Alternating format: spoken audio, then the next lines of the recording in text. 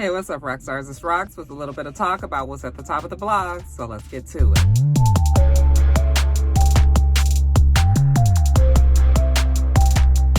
All right, you guys, first story up, DMX and his health issues. Actually, it is very dire.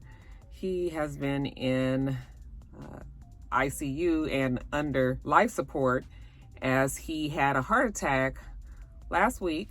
I believe the heart attack was caused by drug use. I'm not sure about that though, so don't quote me. But from what I understand is he was partaking and there was a reaction, which was a very severe heart attack, and he has been put on life support. So everybody has been praying very hard for DMX. I mean, you guys know, we all know his story, and we know that he has been struggling with drug use. And at the very same time, we've always felt that, at least I've always felt that he had a higher calling. But the demon had a greater pull on his life, and that demon being drugs, and he just cannot seem to get that demon off of his back. He's been in jail, he's been in rehabilitation, he's recovered, and he continues to fall back into his old ways, which is very unfortunate and sad, and because he seems like he's a good person. We all love him, his music, just his contribution to life. Like, when he prays, I actually do feel something. It doesn't seem like it's for show. I think that he's just always had this long battle with right and wrong, good and bad, being an addict and trying to stay sober. And he just cannot seem to beat that struggle. So yeah, he's been in ICU.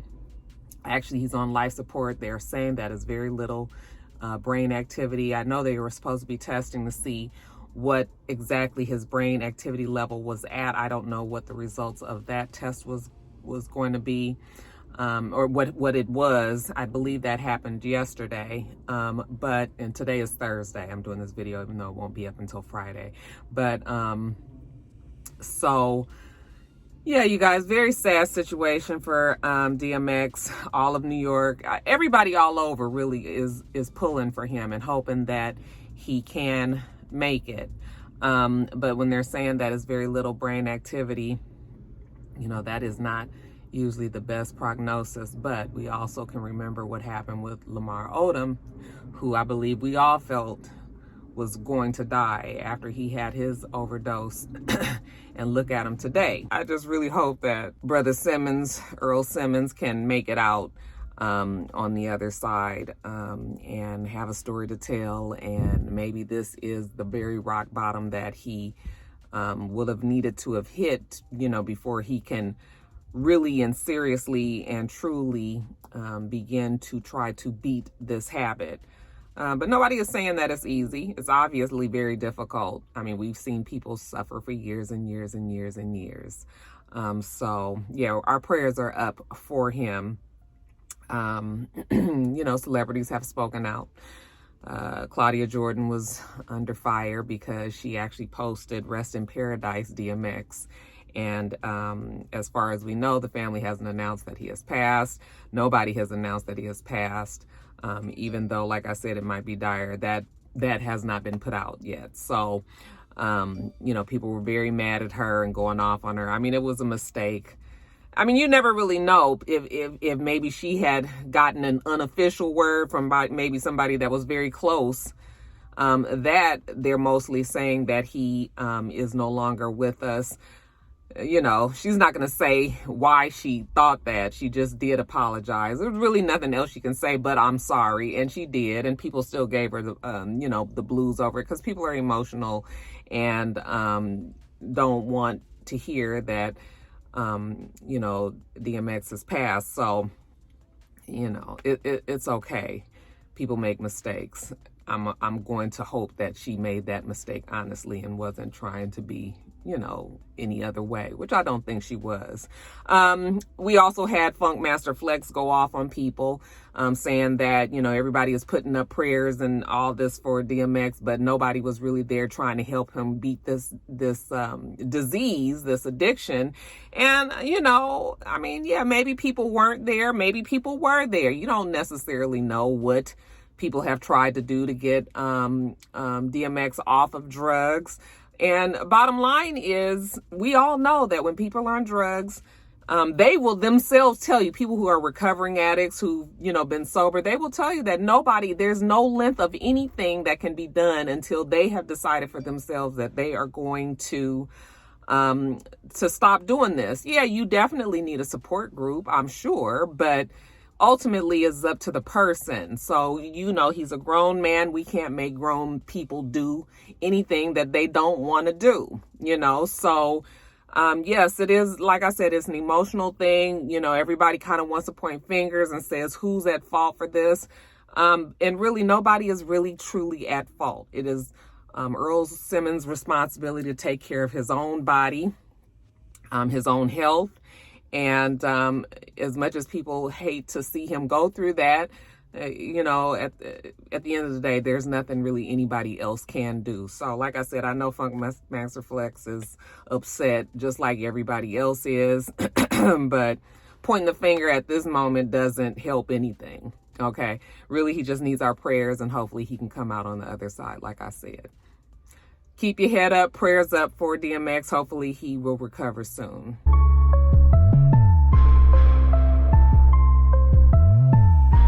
All right, you guys, so the versus battle. Ooh, ooh, ooh, ooh, ooh, ooh, ooh, ooh. When I tell you guys that was a great ass time, which I already knew it was. Now, you know, we have been building up to this. We talked about it. We knew that it was going to be on Easter Sunday night, 8 o'clock if you're on the East Coast, 5 o'clock on the Pacific Coast. Let me tell you something. You know, old people, we be trying to get shit on time, right? So, you know how usually these versus battles, we start at 9 o'clock, okay, when it's supposed to be at 8 o'clock. No, nothing doing on this one. This one probably started at 8:10. All right. So we were very much on time. Maybe we can attribute that to it being on Triller, you know, the new partnership with Versus. I don't know why, but you know, it was good to know that we were starting on time. I was like, okay, now this is Sunday night, this is Easter night, you know, we won't be up too late since they started on time, you know, so it was all good. And we had 3 members from Earth, Wind & Fire there. Maurice, of course, Maurice White has died, so he was not there, which still just breaks my heart because he is Earth, Wind & Fire. But they had the new gentleman, I believe, that replaced Maurice White, because, you know, they've had their comings and goings with Earth, Wind & Fire, and there's been issues like any other group. Okay, at the end of the day, they're still family. But anyway, they had that guy, I don't know his name. They had Philip Bailey. They had the guitar player. Well, I can't think of his name right now. Okay. So they had them 3 there representing for Earth, Wind & Fire. It was a little sad that we didn't get our live bands, but you know, I mean, really, I guess that is asking for a lot. I mean, both of them have a large band. Okay. So, and I'm guessing now, I'm wondering, do they pay now since it's an official thing now? Do they pay these groups and these people that participate in versus battles? Do they pay them something now? Because, like, they've got to be making money now as advertising. People are watching. I think they said some billions of people were watching this versus battle. So, I mean, I would think that if Triller and Versus is making money, then they gonna have to give it to these artists, you know, that are bringing in the audience to watch. So, maybe it would have been even more expensive to pay like an entire band of 2 groups, you know, to be there. So really, we're just listening to the music, so fine. Okay, so that was Earth, Wind & Fire side on, and you know, we got Philip Bailey, you know, with his razzmatazz up here, you know, half twist, half flat top, half whatever the fuck. You know, Philip Bailey has always been a little eccentric when it comes to the looks. I used to go to school with his son. I told you guys this in high school. We went to school, and sometimes he would come to the games, and he'd have like his full, just a whole nother look representing, had karate shoes on. Even, you know, karate shoes was in, but not when we was in high school. He has a big old long black robe looking cloak, and, you know, all of this material and shit. But, you know, and then Verdine, that's who I'm talking about. Verdine was also there, and he was in his I think they said it was Balenciaga suit. It was red pants with like some like piping down the sides, kind of give it that sporty look, and his white jacket, you know, and his hair was all greased down, you know, a la Ashford and Simpson. And, you know, everybody's old, so we just look at them like Paul, you know, Grandpa, whatever.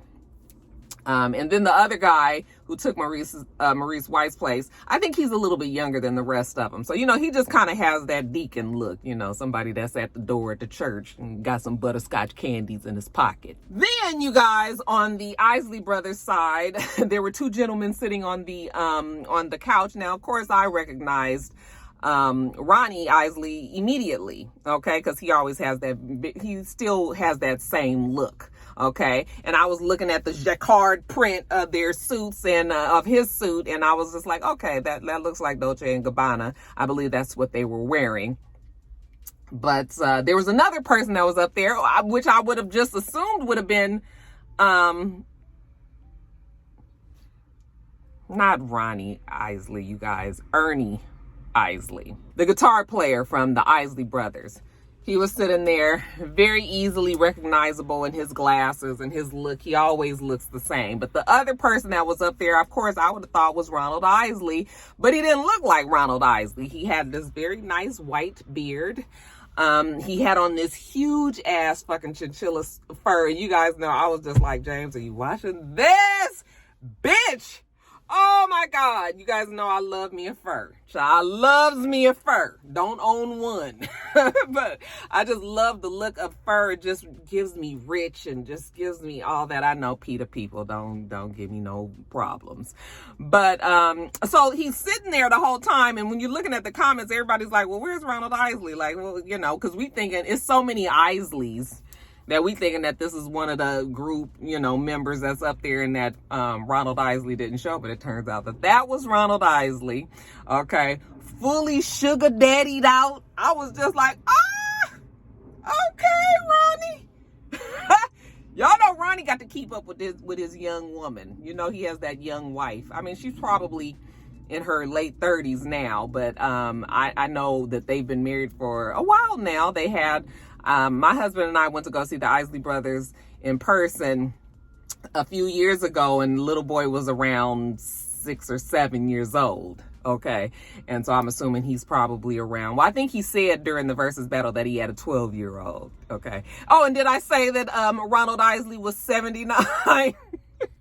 This motherfucker been giving his worms. But you know what? Ronald Isley, with all due respect, has been spreading the worms amongst the young girls for quite some time. For whatever reason, his worms is a special brand of worms. And honey, they seem to love them some Ronald Isley. He only stays with the young women, okay? One of the relationships that we remember, you know, pretty clearly was his relationship with Angela Winbush. As a matter of fact, when I worked at United Airlines one time, she called, and I worked in reservations, and she was making a reservation. Of course, I didn't know who she was until it came time for me to type in her reservation. She had to give me her name. And when she said Angela Winbush, and I was just like, oh, this is Angela Winbush. Okay. So I'm still doing the reservation and whatnots. And then she was like, let me ask my husband. Baby, can you get on the line? Okay. And then he get on the line. He said, what you need, baby? And she said, baby, do you think that it's okay if we fly such and such a time on, you know, on this day or what day? He said, baby, whatever you think, baby, whatever you need. I mean, it was so cute, you guys, because it was just obvious that the love there was genuine. And even at that time, he was older, you know, than Angela Winbush. There's always been a story saying that Angela Winbush was stuck in like an abusive relationship, and that he came in, you know, full big what is it? Mr. Big Style, and saved her from her abusive relationship. And that's how them two ended up together. And the love was all over that phone. And I just was like in awe, like, oh, listen to him. It's so cute. And this was probably in the 90s. So let's see, probably like 92, 93-ish, 94 or something. I don't even remember when I worked at United Airlines. This is absolutely the worst job I've ever had in my life. I try to keep all that out of my memory bank. I don't try to store none of that shit. But anyway, y'all, I'm getting off track. So, like I said, he's always had young women. And now he's had this wife. He's been with her for some time now. And so he's got to keep up. So, you know, he's just constantly reinventing himself, which is the good thing about the Isley Brothers. They definitely always reinvent themselves. Even now they have a new song out, which was very smart. You know, you have to capitalize on these versus battles. And, you know, they put out a song called Friends and Family. And I just listened to it on icecreamcombos.com, where I get a lot of my information for these videos. And the song is really good, you guys. It gives you that whole R. Kelly, step, side to side, round and round. I know I'm not even supposed to be singing R. Kelly anymore, but it gives you that whole, step in the name of love, feel. It's kind of that same idea. I wouldn't be surprised if R. Kelly didn't write this song and maybe is under a pen of a different name, because it very much has that sound. But, and you know, they've collaborated with R. Kelly for so long, and they're, you know, they work well together. So like I said, I wouldn't be surprised if maybe they've changed his name. But anyway, so that's what's happening. And of course, he also has on the Jacquard print, Dolce and Gabbana, you know, all this. So, and then we've got Steve Harvey, who is the host.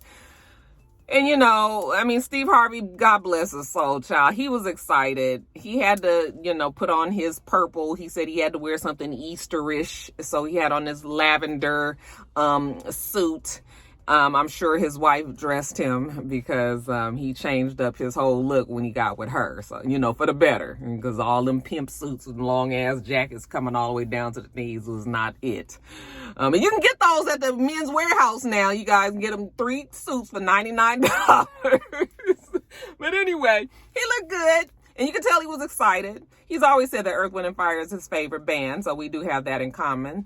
But he definitely still loves Isley Brothers. And but you know, I was concerned because Steve Harvey has a way of, first of all, he talks too much. And secondly, he has a way of turning everything that he talks about into him. It always is what he did, and true to Steve Harvey form, that's exactly what happened. Okay, so when we got started, I was going to try to get the songs together and tell you guys, but we'll be here all day. Okay, just think of the Earth, Wind, and Fire songs and the Isley Brothers songs that they would play. They did play, okay? And in between every song, Steve Harvey had to talk about, you know, where he was in his life at the certain time when he heard this song. Most of the time is when it was after the Earth, Wind, and Fire songs, you know, him and his vest and his plaid pants and his, you know, him declaring his love for so-and-so and riding his bike to her house and, you know, making sure that the daddy knew that he was on the porch. And child, after a while, it was just like, okay, Steve Harvey, we don't really want to hear the stories. We don't really care. We just want to hear the music. And if we do hear stories, we would like to hear the stories from Earth, Wind, and Fire and the Isley Brothers. Okay, give us a little history, a little trivia. We don't give a fuck about you and Bernadine when you was in middle school. So, child, anyway, that made the first half of the battle go for a long time. Now, they was playing music. At first, it was like they was just playing a few seconds of each music. And even Steve Harvey, I was like, this ain't gonna work. Like, y'all gonna have to play these songs longer than this. I mean, we can't just have the first couple of lines and then it go into an echo. Okay. And also, the DJ was so he was the one that was doing the music and playing it, and I'm sure he had a list of the music that he was going to play. But like I said, at first they were just playing a few songs, but finally we were like, let's let these songs breathe a little bit so that we can at least get through the first verse and the chorus. Like, can we have that? So like I said, first half, but by the time that Steve Harvey was doing all that fucking talking and all of that, it was 10:30. And they were like, okay, we gonna take a break, 10-minute break. You know, we finished the first half, and Mr. was like, the first fucking half is 10:30. You know, and everybody is like, we got to go to fucking work in the morning. Like, what do you mean first half? So they went on their break. They came back, and like 20 minutes later, all right, so now it's almost 11, and then finally Steve Harvey says they must have told his ass to shut the fuck up, okay, and just let the music play. So he said that he ain't gonna say nothing, you know, they just gonna let the songs go back and forth, you know, and he was like, okay, just let it play. So once we did that at 10:45 at night, finally everything started to flow very quickly. Okay, they played the songs, we danced, we sung, all right, and yeah, it was all that, it was everything. But I mean, I don't even know if you have to be a fan of Earth, Wind and Fire or Isley Brothers. They just have so many classics. And what I was able to find out in that battle, because I had, you know, Isley Brothers, I do love the Isley Brothers, but I don't love them like I love Earth, Wind, and Fire. But what I found in that battle was, okay, I can actually love them equally, because Earth, Wind, and Fire is, when I think of Earth, Wind, and Fire, I think of more like happy times, like party times, like good times, like family time, like, you know, when I was younger and I would go over to my cousin's house and we'd all be running around and playing while the adults was in there getting drunk and, you know, playing dominoes or just talking and sitting around. Like, that's what Earth, Wind, and Fire reminds me of. Isley Brothers, when I was listening to it, you know, Mr. always says that it's low riding music, okay? But when I was actually listening and really enjoying their music, I was like, okay, Isley Brothers is a little bit more sensual. Isley Brothers put you in the mindset of, we about to do it. Everything about the Isley Brothers was so smooth and just so, I was just like, y'all gonna have me I'm gonna be doing it at Sunday night and we got to go to work in the morning. Y'all, child, when I was listening to you're all I need, oh yes you are, you're all,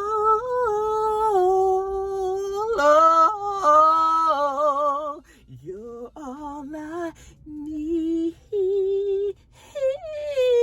oh yes you are, you're all I need. Girl, come on.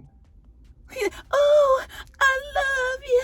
I said, boy, don't get me in trouble on Sunday night. When I was listening to Isley Brothers, I finally realized, like, sitting there listening to the words and everything, I was like, okay, yeah, they put you in a whole different mindset. And then just like I said, the instrumentation between both groups. You got two world-class guitarists up there between Verdine and Ernie. And, you know, when Ernie was, I just still really wish that we could have got like a for real riff, like a for real session of them just up there, just like plucking them strings. Like, that would have just been the end all be all.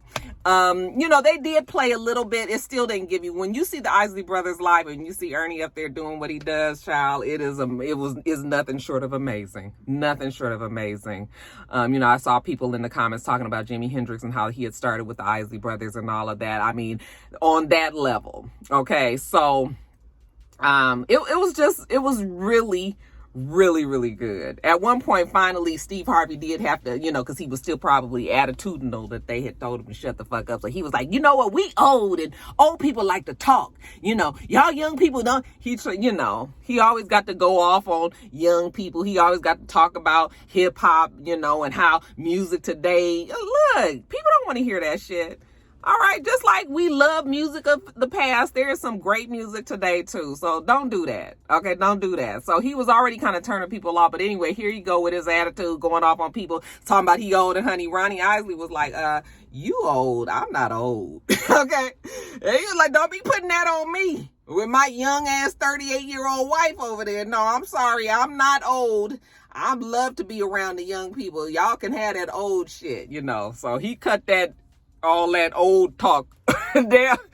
Ron Isley said, I ain't put this beard on for nothing. Okay, nigga, we could call this sugar daddy-esque We don't call that old. It was really a good time though. And I mean, I had a blast. And at the very end, they had 2 songs left. D Nice was like, okay, we got 2 songs left. I had ended up finally getting in the tub because I was like, fuck, it's 12:30 and we still doing this. So I got in the tub, and right while I was in the tub, it cut off. And Mr. was like, oh fuck, right in the middle of Ernie really on the guitar. So it came back on. They was able to bring it back, and we finally saw the last song, which was September for Earth, Wind, and Fire, which I don't even think is their best song.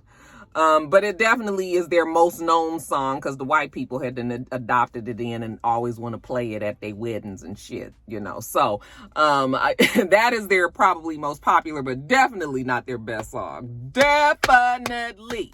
Okay. And just so many. I mean, I just could go on and on. I've talked enough about this already, but it was great. It was everything. Every time we have a versus battle, they get better and better. But this one is going to be a hard one to top for me. But this one is on a level all on its own because this is like 2, like I said, classic legend groups that came together and just gave it to us, y'all. Bitch just gave it to us. Oh my God. So that's it.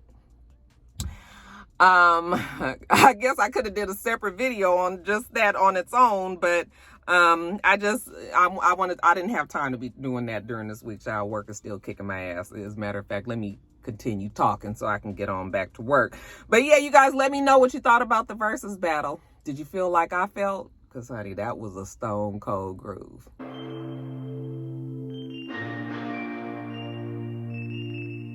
All right, you guys, so this is for the young kids because I don't give a fuck about no city girls, no Lil Uzi, no Southside, like all these people, but we gonna talk about it. So evidently JT is with Lil Uzi. Okay, they're a couple. And it seems like there may be maybe Lil Uzi and Young Miami, which is the JT and Young Miami are in the group City Girls. How am I doing, young people out there? Y'all let me know when I'm off. Y'all know I'm old. I'm just trying to give y'all the story. So anyway, JT and Young Miami are in the group together, City Girls, and it seems that maybe Young Miami and Lil Uzi Vert don't get along or don't really like each other. And that happens. How many of us have had girls and we can't stand they fucking irritating asshole boyfriend? Okay. So, evidently they were on a live together recently and he was being shady and saying shit and it looked like they was arguing and he was disrespectful and whatever. So then the people that were commenting were kind of concerned, like, JT, like, what's up with your boy? And he's going off on your girl, and your girl, it's like, do they get along? Like, is this going to be a problem? Y'all know what DICK do to some of these women out here. They lose their mind and they lose like track of what's what. So people were concerned that might be a problem. She said that they were just playing. Okay. We also had Southside, who is the father of Young Miami's child, from what I understand. I thought they weren't together anymore. Okay. Remember she was on the boat with her and talking about this, she's single and all this. He saw also that live and felt like Lil Uzi was being disrespectful. So he was like, he had some choice words for Lil Uzi, some threats and whatnots. Next time you see him, it's going to be this, that, and the other. But like I said, JT said that they were just playing, so it was nothing for Southside to get, all upset about. Well, we also hear recently that, let me make sure I get this right. Young Miami has an older child. That older child's father's name is, what is his name? Jay Wiggins. All right. Well, Jay Wiggins got a sister named Juicy DeLise. And evidently, Juicy DeLise went and posted that Lil Uzi Vert was in her DMs trying to talk to her. And so she posted that. And JT said, you know what, bitch, that is a fake and a phony, okay? Not only is it a fake and a phony, but it's a bad fake and a phony. You photoshopped that shit. He ain't been in your DMs. And I was thinking to myself, like, out of all the bitches that's around in the world that would like to talk to Lil Uzi Vert, why, I'm not quite sure, with this infected diamond in the middle of his fucking head, but with all the women out there, why would he keep it that close to home by trying to talk to his woman's group mate's baby daddy's sister? Okay, nigga, try to say that 5 times, but like, why would he do that when it's a? So I would hope that he's not stupid enough to do that. But you know what? You never know with these men, honey. They think that they can get away with all kind of shit, especially when they have power and money and they known celebrity rappers and all this. You do all kind of fool of fucking niggatry. Look at this shit in the fucking middle of his head like he Vision. Anyway, child. There seems to be quite a bit of problems. Nothing too serious right now. JT and Young Miami are both saying that they cool with each other. Everything is good. But, you know, like I said, you got these different people all in your shit. It's a problem. You know, all these folks, like, it's almost making me feel like if they're not careful, then it can cause some problems in the group. All right. And really, how long is JT and Lil Uzi going to be together? Like, we got to look at this and, you know, the whole picture. All right, don't fuck up your money over no DICK. Don't fuck up the money. So y'all gonna have to straighten this out. If they don't get along, then they just need to agree to disagree, not be around each other, and not bring any more attention to this. Because y'all fans, JT and Young Miami, they watch it. And the minute that they sniff that there's some problems in there, they gonna point it out, and it's gonna be even more. So that's all I'm telling you. I had to put that story in there for the young people, like I said, because I don't know shit about none of these people. Can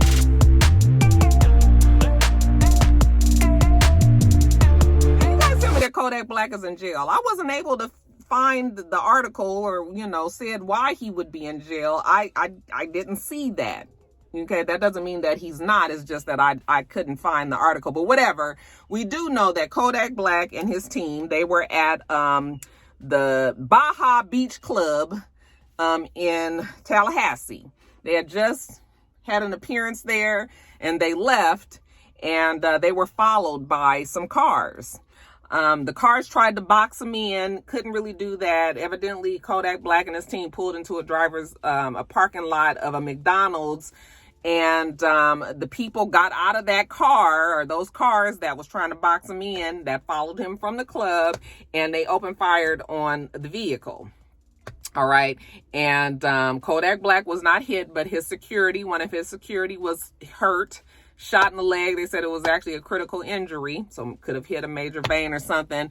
But whatever. The police are now saying that that was a hit, that they were trying to get Kodak Black and not just rob him, but trying to kill him. Now, don't ask me how the police know if they ain't caught the people that did the shooting. How do they know that this was a hit? But I mean, I guess the streets are talking, and you got these task force that make sure they keep their ear to the ground and make sure that they, you know, find out what's what.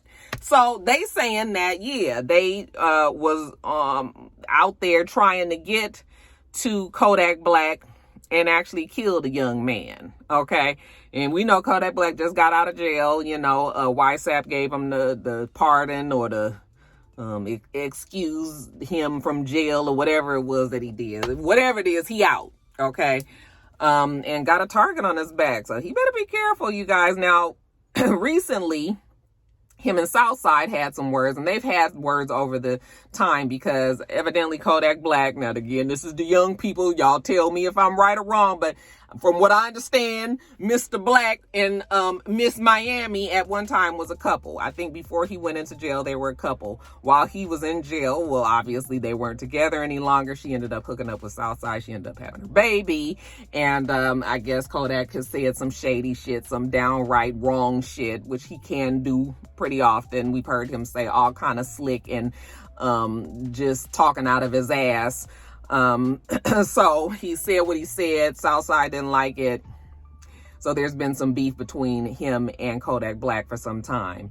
But they're saying that at least this time, they don't believe that Southside is involved. He was not in town, even though he had said that, I guess he said something recently about Young Miami, even though he did apologize. Southside didn't like it and said, you know, when I get my ass back in town, you know, I can see you, okay? And you need to meet me. Don't bring no security, but you can bring your boys. I'll bring my boys, and, you know, we can make it do what it do. So, yeah, Southside, evidently Southside don't play. Even if he ain't with Young Miami, he still it demands respect for his baby mama. I don't know if Kodak Black is in jail. I'm sorry if that is the truth and I just didn't put this in here because I don't have it. I couldn't find it. So whoever left that in my suggestions, y'all just let me know if he is in jail. Y'all go on and give the 411 on who dropped kick who. Shout out to Riri. And I'm gonna move on to the next story.